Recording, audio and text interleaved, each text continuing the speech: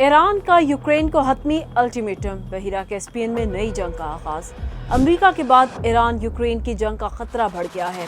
Ukraine के बहिरा Caspian में Iran के फौजी जहाज को डुबोकर नया महाज खोल दिया। एक तरफ ड्रोन्स की बारिश हो रही है तो दूसरी तरफ ईरान ने यूक्रेन को जंग की धमकी दे दी है। मगर दुनिया इस मामले पर खामोश क्यों है? क्या कोई बड़ी बात, बड़ा राज है जो छुपाया जा रहा है? पर्दे के पीछे असल खेल क्या है और कैसे फायदा होगा? ये वो हकीकत है जिस पर कोई बात नहीं कर रहा, लेकिन अगले चंद मिनटों में पसे पर्दा राज से पर्दा उठेगा।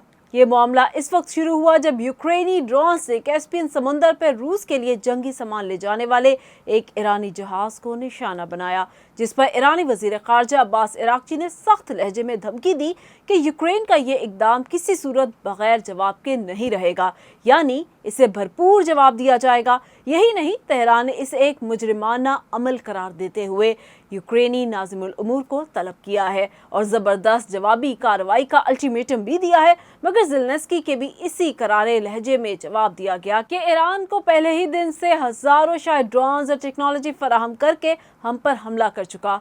क्या धमकियों के बाद जंग अमली मैदान में शुरू होने जा रही है? क्योंकि ये जुबानी जंग और धमकियां रातों रात सामने नहीं आई, इसका एक पूरा पस मंजर है। जब रूस और यूक्रेन के दरमियान जारी जंगी मार्का अपने 1000 दिनों के अहम तरीन मोड़ पर पहुंच गया, उस जंगी हौलनाकी को जिस एक ताकत ने दुगना किया वो कोई खुफिया ताकत नहीं, बल्कि ईरान के वो तबाहकुन शाहिद 136 ड्रोन्स हैं जिन्होंने यूक्रेन के बुनियादी ढांचे को तबाह करके रख दिया। लेकिन कहानी का रुख उस वक्त बदला जब यूक्रेन ने खामोशी तोड़ते हुए कैस्पियन समुंदर में मौजूद एक ईरानी जहाज पर हमला करके तेहरान के तन बदन में आग लगा दी। इस हमले में एक ईरानी शहरी भी मारा गया।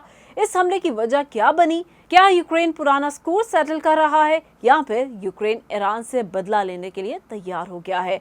ये खबर जुलाई 2022 में अमेरिकी इंटेलिजेंस पहले ही दे चुकी है कि ईरान रूस को सैकड़ों ड्रोन्स बेचने जा रहा है। अक्टूबर 2022 में इसकी तस्दीक यूक्रेन को भी हो गई, जब ईरान की शायद 136 ड्रोन्स यूक्रेनी फौज के सरों पर कयामत बनकर बरसने लगी। दिफाई माहिरीन के मुताबिक तेहरान ने रूस को 600 से लेकर 3000 से ज्यादा ड्रोन्स फराहम किए, लेकिन उसके बाद जो हुआ वो यूक्रेन के होश उड़ा देने वाला था।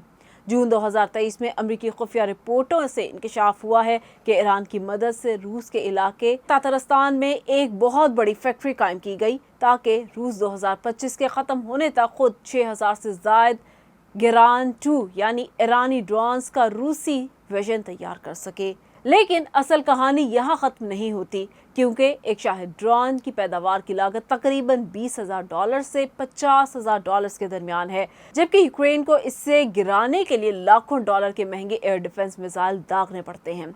रूस का असल मकसद सिर्फ तबाही फैलाना नहीं, बल्कि यूक्रेन के एयर डिफेंस सिस्टम को खाली करना और उनकी फ़ज़ाई हदूद के खलल को तलाश करना था।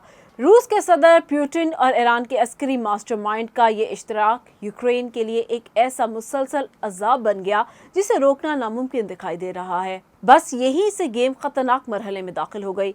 रूस के साथ इस गहरे अस्करी ताउन की वजह से अमेरिका और यूरोपीय यूनियन ने ईरान के ड्रोन प्रोग्राम और दिफाई इदारों पर सख्त तरीन पाबंदियां आयद की और यूक्रेन ने तेहरान से अपने सिफारती ताल्लुकात काटने का ऐलान किया। मगर जब तक तेहरान का मौक़िफ़ ये रहा कि वो इस जंग का हिस्सा नहीं है, तब तक यूक्रेन ने सब्र का पैमाना लबरेज होते नहीं देखा। पर्दे के पीछे असल खेल तब शुरू हुआ जब यूक्रेनी सदर ज़ेलेंस्की और ईरान के इंटेलिजेंस चीफ ने रूसी सप्लाई एलाइज़म को निशाना बनाने के लिए कैस्पियन समुंदर का रुख किया।